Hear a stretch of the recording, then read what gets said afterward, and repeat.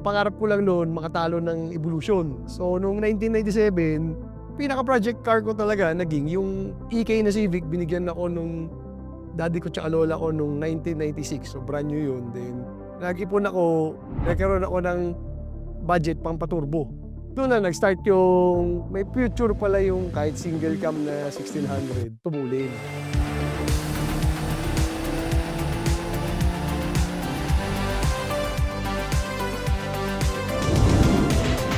Si Engineer Leo Carlos San Juan. So, nandito tayo ngayon sa garahe/engineering center ni Speedworks. Dito tayo nagde-develop ng pyesa, dito tayo nag-aaral ng shop cars. And nandito rin yung factory kung saan ginagawa yung parts natin pagka natapos na tayo mag-R&D. Talagang bata pa lang ako, mahilig na ako sa kotse. 3-4 years old siya, sama ako nung daddy ko sa mga shop pag pinapagawa niya yung Lancer niya. So, gusto ko na talaga yung cars. Kaya ako nag-engineering kasi akala ko puro kotse doon. So, doon na siya nanganak. Then, yan, magkalikot, maggawa ng kotse. Tapos, gawing mabilis yung mga kotse. So, kahit nung bata ako, pag nag-go-kart ako, binahanapan ko ng paraan batakin yung throttle para mas bumilis. So, minsan, kahit naka-floor ka na, pag binatak mo yung cable, bibilis yun. Doon na nag-start yung parang gusto ko laging mas mabilis. Gusto ko laging gumanda yung takbo.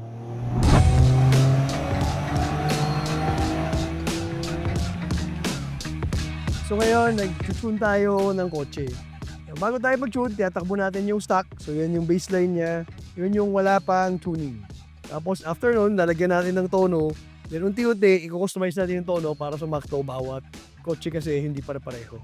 Naka-customize yung tune para sa modification niya at saka sa gasolina na ginagamit niya. Pero syempre may driver na gustong konting apak, masipag agad para naka-throttle controller. Meron naman gusto sa malalim lang ng apak lumalabas yung power parang stock kasi minsan dinadrive ng asawa o kung sino man. So yun, dun na lumalabas yung preference. Kaya custom tune sa amin, kung ano gusto mo, bawat kotse, alam namin hindi magkakamuka. Sinasakto namin yung tono and ina-adjust din namin sa preference na may-ari.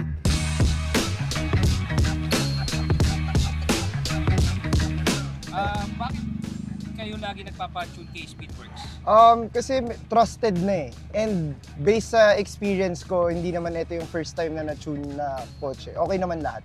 Lagi. So, tsaka mas madaling kausap eh. So, kaya kami buwabalik. Alagaan mo lang yung customer. Kasi pag di mo inalagaan yan, syempre, makuha mo man yan ng 1 beses, 2 beses, after nun, wala na yan. Pag inalagaan mo yan, tulad nung sa amin, refer lang naman kami, pero hanggang ngayon, naka-Porsche na, naka-Lambo na yung mga customer, nasa amin pa rin. So, ganun na siya. Nanganak na lang siya ng nanganak. Pero nag-umpisa talaga, referral lang, hindi naman kami, kasi bahay doon nila Ryan eh. Hindi ka naman pwede walk-in dito eh. Magagalit yung kapatid niya.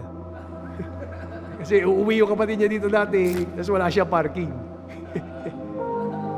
Partnership namin ni Leo, classmate kami sa sa Lasal Engineering. Doon kami nagkakilala, mahilig siya sa kotse, mahilig din ako sa kotse. So, nagkakausap lagi sa kotse and nagkakasamahan lagi sa kotse. So pagdating sa mga kotse time, kakalikot kami ng sasakyan. After school yan, minsan magkakalikot kami, magkakarera kami ng kotse mga sa tabi-tabi lang. So, doon kami nag-umpisa na magsama hanggang sa nagkakabuyuan, na gusto natin pabilisin yung sasakyan natin. Magkaroon tayo ng mga modification, kaliputin natin para anong paraan natin mapatulin. Gusto natin lagi mas mabilis eh. So, yun, naghahanap kami paraan na uwilis yung sasakyan. Paano naman kayo sir nagkakilala ni Sir Ryan? Naging classmates kami sa Lasal sa mechanical engineering. Yung EK ko, pinalitan ko yung turbo na mas malaki. So, binenta ko yung turbo na luma, kinabit namin sa GSR niya. So, syempre, makita mo doon yung na pareho kayong mahilig, pareho kayong may work ethic. Alam mo na madaling kausap, okay kayo magsama. So, doon na nag-start. Tapos yung tatlo kami nung una eh. Si Chris, nakasama namin doon sa talyer ni Dominic. So, nag-start kami ng Speedworks, tatlo. Ati-ati kami doon sa gamit na pang Tony. So, initially kasi tatlo kami na sa Speedworks. Kaya lang yung isang partner namin medyo had better things to do, kami lang muna ni Leo sa Speedworks right now. So, initially 3, ngayon 2 kami. Nagsama kami kasi yun, naghahanap kami ng paraan na bumilis. Then, kami yung magkasama sa ganon, kasama yung isang partner namin si Chris. So, at start is ginagawa lang namin personal cars namin. So, kung medyo bumibilis na yung personal cars namin, marami na nagpapatulong sa amin. Una, wala kaming wala kami sinisingil.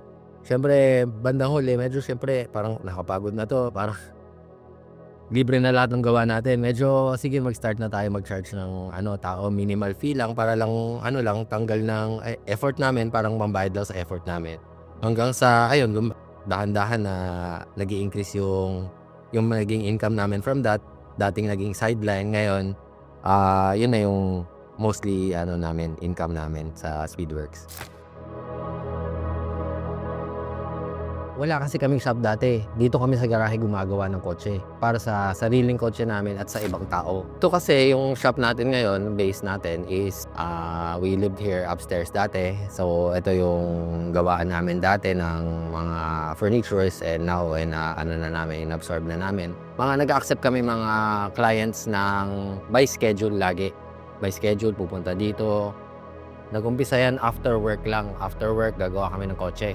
Hanggang naabot kami madaling araw, minsan inuumaga pa kami. Dito sa garahe na to kami nag-start. Maswerte na dati na makaalis ka dito ng 12 midnight. Kasi nagsa-start kami dati nila Ryan magtono after dinner. Dahil sideline lang siya eh. Start is 7 p.m, ikot ka sa EDSA. Dati hindi pa ganoon ka-traffic, wala pa masyadong camera. So, doon ka magtotono. Tapos pagdating mo dito, magtatanggal ka pa ng wideband sensor, air fuel gauge. Tsaka pa lang makauwi kasi yung customer mo uwi rin eh. 2 a.m., 3 a.m. Pinakamalala namin dito, may araw na. Noong umpisa, hindi talaga negosyo ang utak namin eh. Hindi talaga negosyo ang binalak namin. Tingin ko parang for me, ginaid lang ako ni God na eto yung gusto ko for you. Wala naman akong pinlano talaga na hindi ko naman akalain na magkakaroon kami ng good income doon sa hilig namin na kotse. Ang hilig lang namin, bumilis yung sasakyan. Hilig din nila yun. Pareho kami mahilig kumalikot. Mahilig mag-experiment. Mahilig uy, eto may idea tayo. Mukhang gagana. Testingin natin. Uy, gumagana pala nung tinesting natin. Parang natutuwa kami na every time may tinetesting kami, nag-jive lang kami doon. Kasama actually si Chris, yung isang partner namin. To be honest, hindi ko naisip na mapupunta kami kung saan kami ngayon. Hindi talaga yun may diretsong plano na ito plano natin maging good income yung natin and maging magandang negosyo. Ang target lang namin, enjoyin yung pagmo-modify ng sasakyan, enjoyin na bumibilis yung sasakyan, enjoyin yung ginagalaw natin na napapasaya yung mga tao na nag-enjoy din kagaya namin na, uy, may ginalaw tayo, tumulin, sumarap i-drive. Pareho nakikita namin sa mukha nila. Siguro nag-guide lang talaga ako ni God sa ganun. Speed talaga dahil gusto namin bumilis. Tapos, yan, works. Trabaho naman ng trabaho. Then, engineering dahil engineer naman kami talagang dalawa. So, gusto namin, hindi yung hinuhulaan mo lang yung pesa. Kunyari, bago kami bumuo ng project car, medyo kinocompute na namin yun kung ano yung pwedeng mangyari sa kanya. Diba? Kunyari, Civic, gusto namin maging halos pantay sa stock na Type R. May idea na kami ano yung kaya ng makina na stock. Ayaw na kasi namin magbuklat-buklat ng makina dahil, well, in reality, nawawalan ng resale.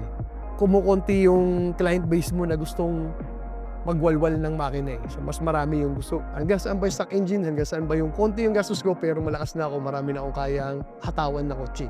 Lahat ng tanong valid kasi lahat ng tao importante. At lahat ng car enthusiast importante. So, kaya yan. Kung makita mo, naka-lifter reviews. Kasi gusto natin, pati BIOS bumilis. Kasi lahat ng kotse pwede gumanda yung takbo. Sa amin talaga, safety and yung reliability nung lahat ng pyesa na nandiyan. Pwedeng repeatedly, hatawin mo na hatawin.